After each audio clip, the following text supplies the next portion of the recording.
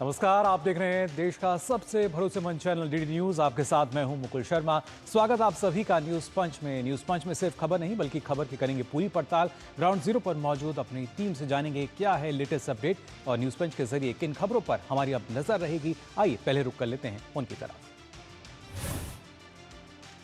News पंच में सबसे पहले हम बात करेंगे सत्र को लेकर। जी हाँ, मानसून सत्र की अगर बात की जाए तो आज 7वां दिन और वो भी हंगामेदार नजर आ रहा है। और 2 बजे करीब हम देखेंगे कार्रवाई किस तरीके से इसकी शुरुआत होती हुई नजर आती है या नहीं। और इसके साथ साथ बात करेंगे प्रोटेस्ट पर सुप्रीम कोर्ट के आदेश की। क्या कुछ खास इस आदेश में निकल कर आया है, क्या कुछ टिप्पणी सीजीआई की तरफ से की गई है जितने जो प्रोटेस्ट हुआ था उसको लेकर, ये आपको बताएंगे। और साथ ही बात करेंगे किस तरीके से पीओके की अगर बात की जाए तो यहाँ पर बैलेट बना बुलेट जो है वो होता हुआ नजर आ रहा है। लगातार हम देख पा रहे हैं किस तरीके से ये जो गतिरोध है वहाँ पर बना हुआ है। लेकिन जैसे जैसे जो चुनाव की जब बात कर रहे हैं नज़दीक आता जा रहा है, कहीं ना कहीं इस तरह की खबरें और बढ़ती जा रही हैं। सबसे पहले बात कर लेते हैं मानसून सत्र को लेकर। 7वें दिन भी जो गतिरोध है वो हमने देखा किस तरीके से जारी रहा।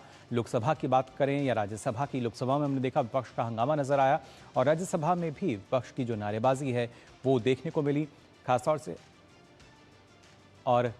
से अगर बात की जाए लोक परीक्षा संशोधन विधेयक पर जो चर्चा की अगर बात की जाए, यहाँ पर भी हमने देखा किस तरीके से जो हंगामा है वो होता हुआ नजर आया। और अब 2 बजे का समय दिया गया था, जब कार्रवाई जो है शुरू होगी, देखना होगा किस तरीके से जो कार्रवाई है वो सुचारू रूप से चल पाती है। एक सार्थक चर्चा जिसकी बात लगातार की जा रही है सरकार की तरफ से, वो सार्थक चर्चा नजर आएगी या नहीं, या जिस तरीके से विपक्ष की अगर बात की जाए क्या कुछ देखने को मिलेगा। लेकिन फिलहाल आइए सीधा रुख कर लेते हैं, आपको दिखाते हैं क्या कुछ अभी तक सामने आया है यहाँ पर और क्या कुछ कहा गया है। खासतौर से मनोज तिवारी की अगर बात करें, क्या कुछ मनोज तिवारी ने कहा है, आइए देखते हैं। आज बहुत बड़ा बिल है और हम अपेक्षा करते हैं विपक्ष से कि वो इसको सकारात्मक रूप से लेगा, डिस्कशन में भाग ले और उसको पास कराए। अगर चर्चा में जो हमारे देश इंतज़ार कर रहे से होना है तो हम ये सब पूछेंगे कि क्या हुआ, क्या ये बिल काफ़ी है जो सरकार ने लेके आए हैं। सिर्फ फास्ट ट्रैक कोर्ट्स करने से या 1-2 चीज़ें बदलने में क्या हमारे बच्चों की भविष्य बेहतर होने वाला है, ये सब पूछने की बात है। बहुत सारे प्रश्न हैं। सरकार की अकाउंटेबिलिटी बहुत महत्वपूर्ण है। तो पेपर लीक पर कहीं ना कहीं आर पार की स्थिति यहाँ नजर आ रही है। अगर हम बात करते हैं संसद की, क्योंकि मनोज तिवारी हमने सुना किस तरीके से उनका कहना कि क्या कुछ स्थिति जो है बनती नजर आएगी और विपक्ष चाहता है तो वो सार्थक चर्चा करें। लेकिन वहीं पे शशि थरूर का कहना कि हम बच्चों के हित की बात कर रहे हैं, छात्र हित की बात कर रहे हैं और उसको सरकार किस तरीके से हमारी जो बात है उसको सुने। और एक महत्वपूर्ण सार्थक चर्चा फिलहाल किरण रिजिजू क्या कुछ कह रहे हैं लोकसभा में, आइए सुनते हैं। और समाजवादी के हमारे चीफ व्हिप और डीएमके के, उसके बाद में एसपी शरद पवार जी का एनसीपी पार्टी, सबसे हमने बात किया तो सबने कहा कि ठीक है 6 घंटे को हम 2 घंटे बढ़ा करके 8 घंटे हम चर्चा करेंगे। ये एग्रीमेंट हुआ, सब थे हम लोग। फिर उसके बाद नहीं, फिर अभी मैंने एक मिनट मणिकम टेगोर, आप मणिकम टेगोर को बुला लीजिए, आपका चीफ व्हिप है। गृह संसदीय कार्य मंत्री झूठ नहीं बोलते। यहाँ मणिकम टेगोर था, उनसे बात करके आए थे। और मैं बुलाओ मणिकम टेगोर को। हाँ, मेरे को आपने कहा, मुझे आपने कहा, मैंने आपको कहा, मैंने संसदीय कार्य मंत्री। नहीं, ठीक है, मैं सदन में कहता हूँ वेणुगोपाल जी, अगर आप 2 घंटा एक्स्ट्रा चाहिए, सरकार कोई आपत्ति नहीं रखता है। एक बार मिल करके तय कर लेंगे। अभी स्पीकर साहब ने कह दिया हम और 1 घंटा बढ़ाने में हमारे कोई आपत्ति नहीं है सरकार। आप बता दें कितने घंटे की बात करना चाहते हैं? नहीं, इसलिए मैंने क्रमवार बोला। पहले आपने 6 घंटे बोला, फिर बाद में 8 घंटे बोला। 8 घंटे के बाद भी और भी समय चाहिए तो हम 10 घंटे के लिए तैयार हैं। ठीक है, ओके, ठीक है, चलिए प्लीज बैठ जाइए, अब व्यवस्था जम गई। जब बीएससी नहीं होती। तो आपने सुना यहाँ संसदीय कार्य मंत्री किरेन रिजिजू को, जिन्होंने कहा कि अगर विपक्ष चाहता है तो यहाँ पर हम 10 घंटे भी बातचीत के तैयार रहेंगे, क्योंकि पहले ये 6 घंटे का समय था जिसको बढ़ाकर 8 घंटे किया गया और उसके साथ साथ अब इसको हम 10 घंटे भी करते हैं, लेकिन एक सार्थक चर्चा जो है वो यहाँ पर की जानी चाहिए। आपको बता दें, जिस तरीके से अगर देखा जाए लोक परीक्षा संशोधन विधेयक जिस पर चर्चा की बात कही जा रही है, फिलहाल हमारे संवाददाता राजेश राज जो हैं वो हमारे साथ जुड़ चुके हैं। राजेश का रुख कर लेते हैं। राजेश, अगर बात की जाए, हमने सुना कि किस तरीके से यहाँ पर अभी किरेन रिजिजू जो कि इस बात ये बता रहे थे कि कैसे जो समय है उसको अगर बढ़ाना चाहते हैं तो उसमें हमें कोई आपत्ति नहीं है। हमने पहले भी वक्त को बढ़ाया था, लेकिन अगर और वक्त अगर चाहता है विपक्ष तो हम वो भी बढ़ाने को तैयार हैं, लेकिन एक सार्थक चर्चा जो है वो सार्थक चर्चा होनी चाहिए। और इसी को लेकर लगातार सरकार, क्योंकि सरकार सीधे तौर पर कहती आई है जो छात्र हित है वो सर्वोपरि है, लेकिन उसके लिए यहाँ पर एक सार्थक चर्चा होनी बेहद जरूरी है। लेकिन विपक्ष अगर देखा जाए, अब से पहले 7वां दिन है आज, लेकिन इन 7 दिनों में हमने देखा है किस तरह का लगातार जो हंगामा है, गतिरोध जो है वो बनता हुआ नजर आया था। और अभी भी यहाँ पर अगर देखा जाए राजेश, क्या माना जाए, क्या एक सार्थक चर्चा की उम्मीद आज हम कर सकते हैं? हालांकि समय जो है अब इसके लिए जरूर बढ़ा दिया गया है। देखिए, सत्ता पक्ष की ये कोशिश है कि यह जो नीट पेपर लीक के रोकथाम के लिए जो विधेयक लाया गया है ये अति महत्वपूर्ण विधेयक है और इस विधेयक को सदन से पारित कराना सत्ता पक्ष के लिए चुनौतीपूर्ण तो है, क्योंकि जिस तरीके से विपक्ष अब तक लगातार हंगामा करने की कोशिश कर रहा है, इससे कहीं न कहीं चुनौतियां बढ़ती हुई दिखाई पड़ रही हैं। सत्ता पक्ष ने लगातार विपक्ष के साथ मान मनोबल का दौर भी चलाया, उनके साथ वार्ता भी की और तमाम फ्लोर लीडर्स के साथ भी बातचीत हुई। जैसा कि आपने देखा कि लोकसभा स्पीकर ने भी कहा कि संसदीय कार्य मंत्री कतई झूठ नहीं बोलते हैं और उन्होंने तमाम लोगों के साथ वार्ता की है। तो 6 घंटे की अवधि को बढ़ाने के लिए भी सरकार तैयार है। उन्होंने कहा कि अगर आप चाहते हैं कि 2 घंटे की अवधि और बढ़ाई जाए तो मुझे कोई आपत्ति नहीं है।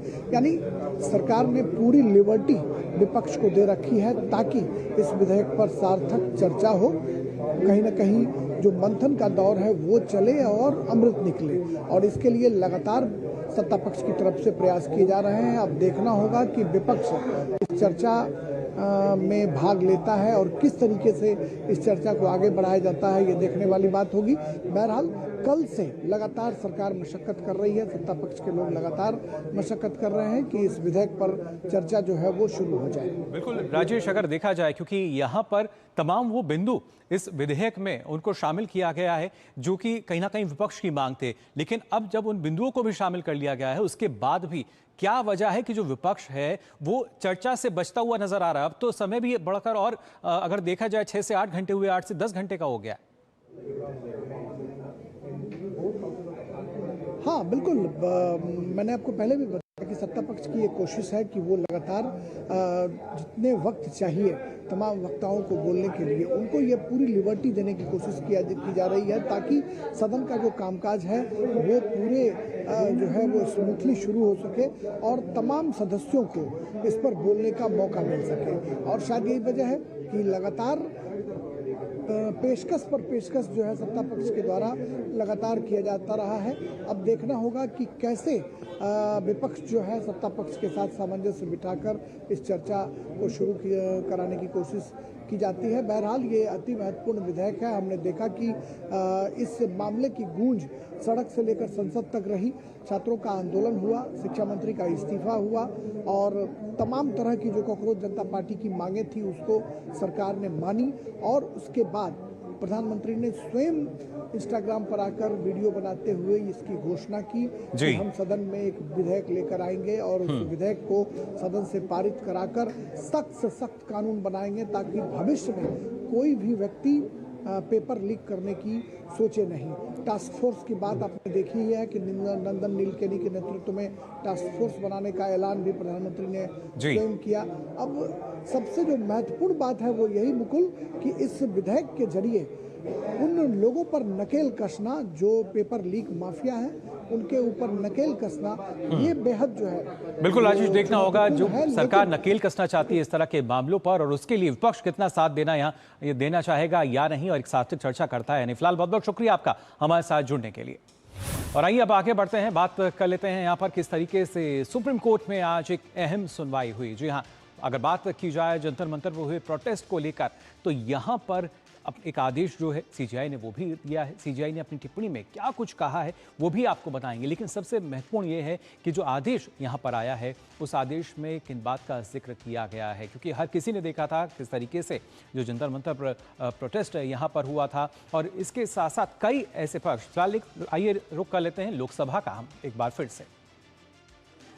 ये विधेयक लोक परीक्षा अनुचित साधन निवारण अधिनियम 2024 में संशोधन करने का प्रस्ताव करता है। इसका उद्देश्य लोक परीक्षाओं की निष्पक्षता, पारदर्शिता तथा विश्वसनीयता की ओर अधिक सुदृढ़ बनाना है तथा प्रश्न पत्र लीक, संगठित परीक्षा अपराधों एवं अनुचित साधनों पर प्रभावी अंकुश लगाने के लिए विधि व्यवस्था को और सशक्त बनाना है। परीक्षा प्रणाली की विश्वसनीयता और पारदर्शिता राष्ट्रहित का महत्वपूर्ण विषय है। इस विषय पर व्यापक चर्चा, गंभीर विचार विमर्श इस सदन में होना आवश्यक है। पूरा देश चाहता है कि सभी मान्य सदस्य इस विषय पर सार्थक विचार विमर्श करें, अपने अनुभव साझा करें, अपने विचार रखें और रचनात्मक सुझाव रखें ताकि हम एक बेहतर कानून बना सकें। कानून जितना बेहतर होगा, मेरा मानना है परीक्षा प्रणाली के अंदर विश्वसनीयता और प्रामाणिकता भी हम सुनिश्चित कर पाएंगे। इसलिए मेरा सभी मान्य सदस्यों से आग्रह है कि हम इस चर्चा को सकारात्मक रूप से संसदीय परंपराओं, नियमों और मर्यादाओं के अनुरूप रखें ताकि एक अच्छा सकारात्मक देश हमारे देश के युवा विद्यार्थियों के बीच में जाए। माननीय मंत्री महोदय,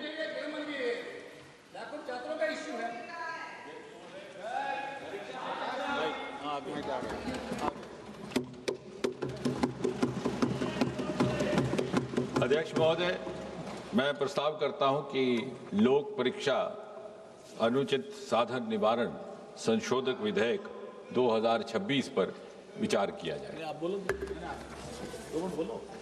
speaker sir, this bill which was introduced yesterday is in fact an amendment to the earlier bill, Public Examinations Prevention of Unfair Means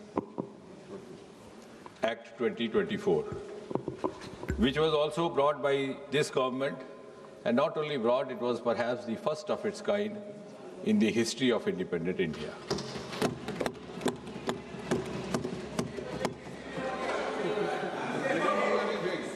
The earlier bill and the amendment today are, in a way, a reaffirmation of this government's deep commitment to safeguard the welfare of the students and the youth of this country. And at the same time, it is also a reiteration of Prime Minister Modi ji's resolve not to allow anyone to compromise with the future of the children of Mother India.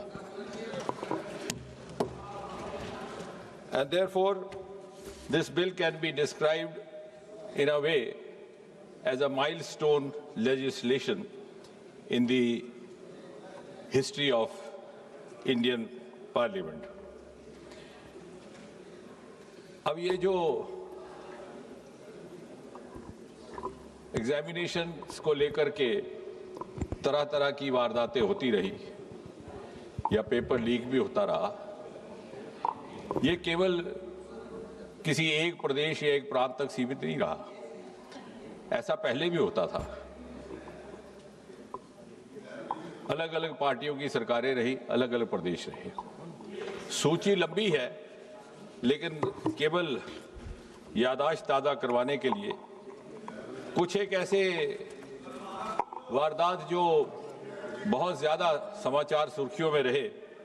2019 में railway recruitment board का examination, वो भी इन्हीं कारणों से, लेकिन शायद उस समय उस तरह की कार्रवाई नहीं की गई जिस तरह की अब प्रस्तावित की जा रही है। 2011 में all India engineering entrance examination 2009 में हो गया। 2012 में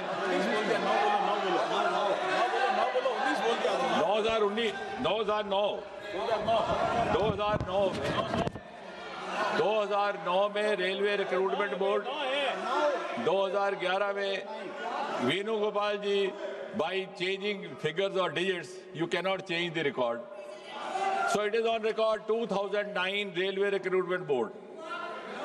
2011, I'll go on and on. The list is very long then. 2011 All India Engineering Entrance Examination. 2012 AIMS New Delhi Entrance Paper Leak. 2013 Maharashtra Secondary Certificate Examination. So, if I go on and on, then I will not be able to talk about the bill as such. But the list is up. Okay. 2010. Okay. If that satisfies. Oh, if that satisfies you, you are welcome. You are welcome. You are welcome. 2010. B.Ed entrance examination, Uttar Pradesh. 2012. Tamil Nadu Public Service Commission.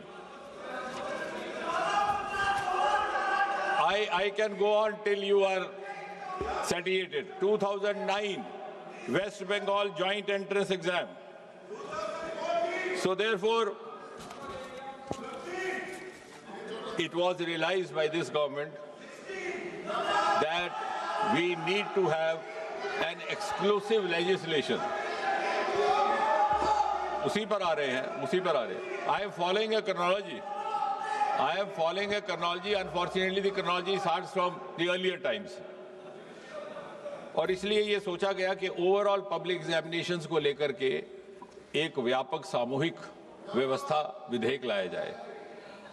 Bharat सरकार में 4 प्रमुख recruitment agencies हैं, जैसा कि हम सब जानते हैं. UPSC, staff selection commission, railway recruitment board और इंस्टीट्यूट ऑफ बैंकिंग पर्सोनल.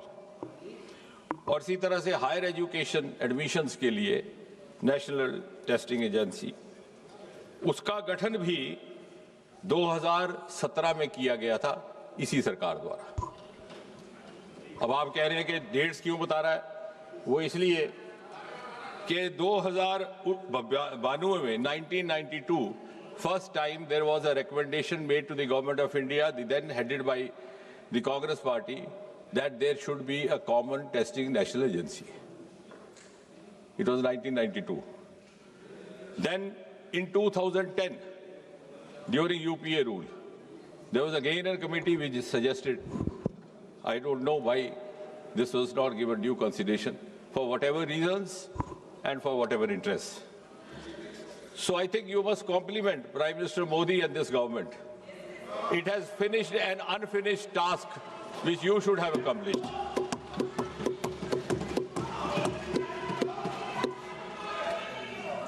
और इसलिए for the first time in 2024 this bill was brought in.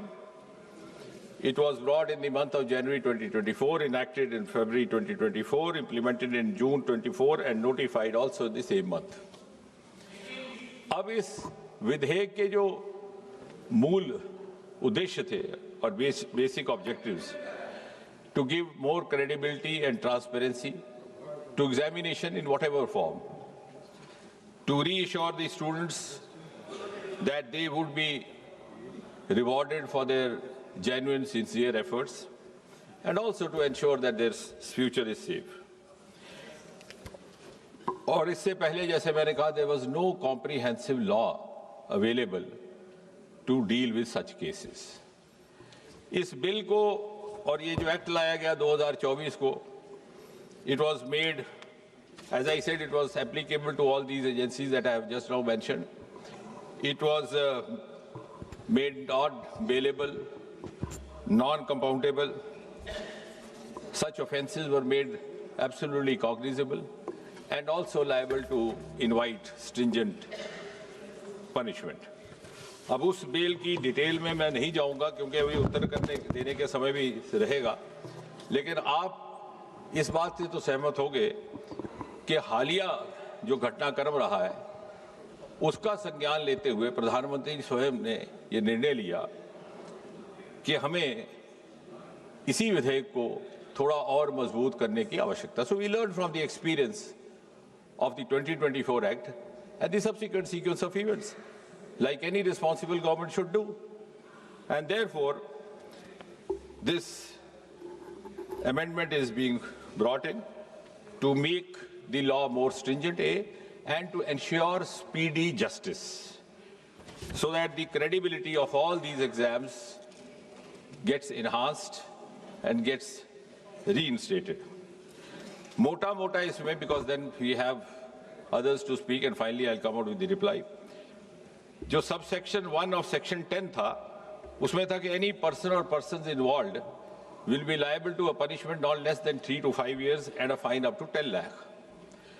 आज ये जो amendment लाया जा रहा है, इसके तहत the same duration of imprisonment has been made not less than 5 to 10 years and fine up to 50 lakh. The section 2 of subsection 2 of section 10, इसमें था कि service provider. Now, who is service provider? Service provider, also we have tried to cover a wide range so that nobody goes scot-free. I'll just read out the definition of service provider which has been provided in this amendment. Service provider means any agency, any organization, any body, any association of persons, any business entity, any company, any partnership or single proprietorship firm, including its associates, subcontractors and provider of support of any computer resource or any material by whatever name it may be called, which is engaged by the Public Examination Authority for the conduct of public examination. तो service provider के लिए सजा पहले भी काफी मजबूत थी. There was fine up to 1 crore in the 24 act, उसको बढ़ा करके अब 5 करोड़ किया जा रहा है. इसके साथ साथ the recovery of the proportional cost of exam, और सबसे महत्वपूर्ण कि 2024 के कानून में ये भी लिखित था कि the provider will be board from conducting any exam for the next 4 years. उस अवधि को बढ़ा करके आज इस संशोधन के तहत 8 साल किया जा रहा है. So any service provider found guilty of indulging in any kind of misappropriation or malpractice which has resulted in such consequences will be debarred from conducting an exam for the next or the subsequent 8 years. इसी तरह subsection 3 of section 10, director और senior management जो उसके in charge होंगे, even they will not B spared. कई बार ऐसा हो जाता है कानून में कि जो इमीडिएट हैंडलर है उसको पनिशमेंट हो जाती है. So this act seeks to include all involved directly, indirectly, one way or the other, so that it sets a deterrent example also for others. So senior direct management persons or director के लिए the imprisonment was 3 to 10 years in the earlier act. We are increasing it to 5 to 10 years, and the fine was up to 1 crore. It has been increased to 5 crore. And finally, the organized crime committers, where there is a mafia gang found, there is a nexus found, as we have experienced. I am not accusing any government, not finding fault. As I said right in the beginning, it is a malaise. It is an issue which is being faced by almost every state and UT of this country, regardless of whichever party in power. It is happening in Punjab. It is happening in Karnataka also, whether we name those states or not. So organized crime, that is examination authority or service provider, institution, whatever, in that case the imprisonment earlier was 5 to 10 years. It's been increased to 7 to 10 years, and the fine was earlier up to 1 crore. It is now proposed to be increased to 10 crore.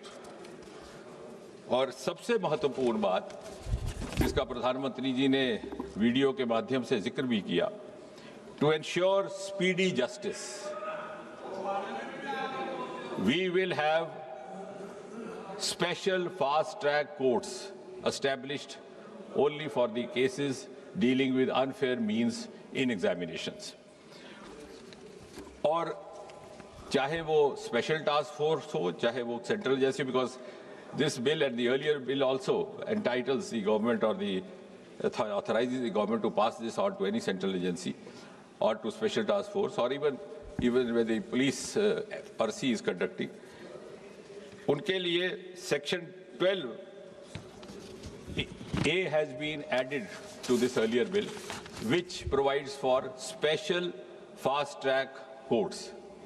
अब उसमें भी हमने एक समय सीमा तय कर दी है. The investigation has to be completed within a span of 2 months, regardless of whether it is a central agency or a special task force. और 2 महीने के भीतर सारी जांच इन्वेस्टिगेशन मुकम्मल की जाएगी और उसके बाद जो भी ट्रायल कोर्ट होगा, जो अभी इस केस में is going to be a fast track special court, उसमें ये 3 महीने, यानी जिस दिन वारदात रिपोर्ट हुई है उस दिन से लेकर के आखिरी निर्णय आने तक 5 महीने से ज्यादा अवधि काल नहीं रहा जाएगा.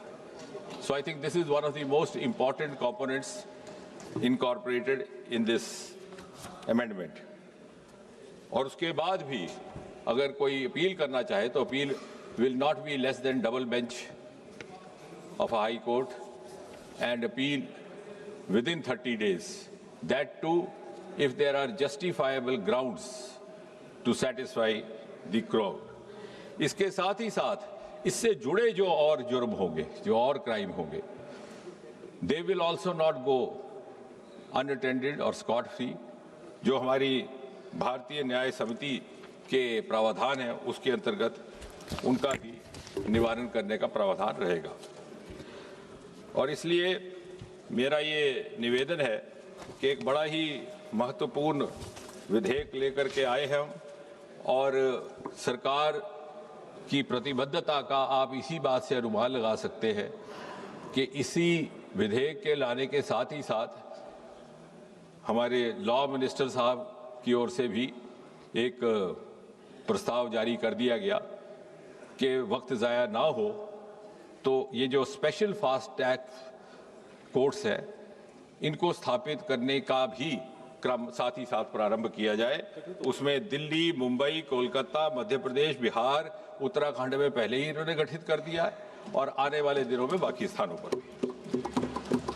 इसके साथ ही साथ अभी कल ही प्रधानमंत्री जी ने एक महत्वपूर्ण घोषणा करते हुए एक टास्क फोर्स का भी ऐलान किया है to recommend reforms to make the exams systems leak proof. उसमें कुछ एक बड़े वरिष्ठ लोग सम्मिलित किए गए हैं who belong to the world of academics, world of technology, and who are known to have expertise and experience in these domains.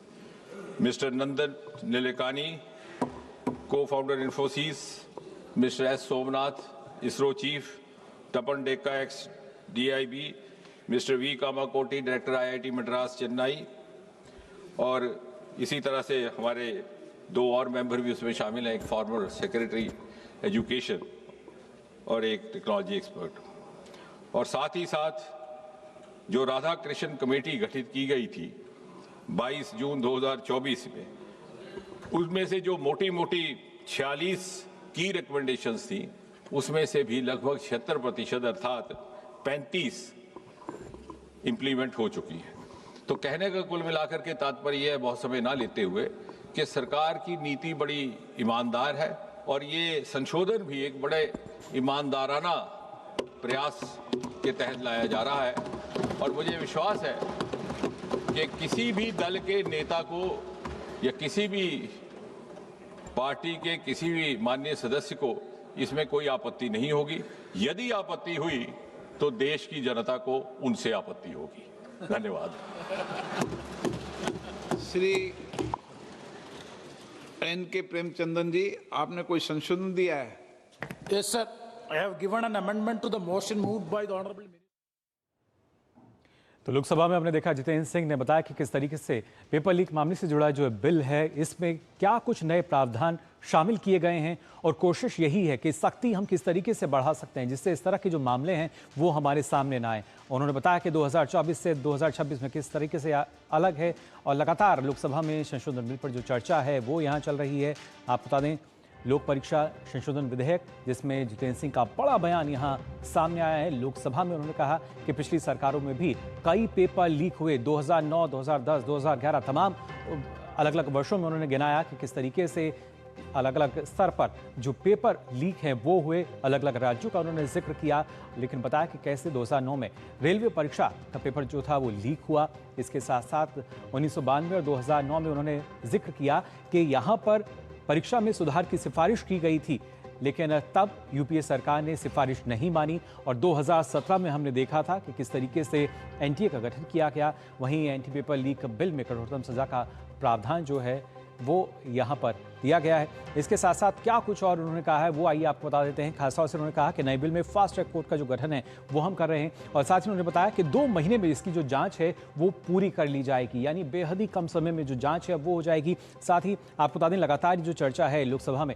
ये चल रही है किस तरीके से जब हम बात करते हैं जो लोक परीक्षाएं उनमें संशोधन विधेयक पर ये लगातार चर्चा हो रही है। और हमने देखा जितेंद्र सिंह जिन्होंने बड़ा बयान यहाँ पर दिया, बताया कि कैसे 2009 की बात करें, 10 की बात करें, लगभग लगातार हमने देखा था पिछली सरकारों में भी जो पेपर लीक के मामले थे वो लगातार सामने आए थे, अलग अलग राज्यों में सामने आए थे, लेकिन इन पर लगाम लगाने के लिए किसी तरह की कोई कोशिश नहीं की गई। और ये जो विधेयक है, यहाँ जो सरकार अब कानून लाना चाहती है, ये कहीं ना कहीं अब तक अगर देखा जाए तो भारत के इतिहास में पहला इस तरह का एक कानून यहाँ नजर आएगा जो कि इस तरह के जो मामले हैं, पेपर लीक से जुड़े तमाम जो मामले हैं उन पर नकेल कसता हुआ नजर आएगा।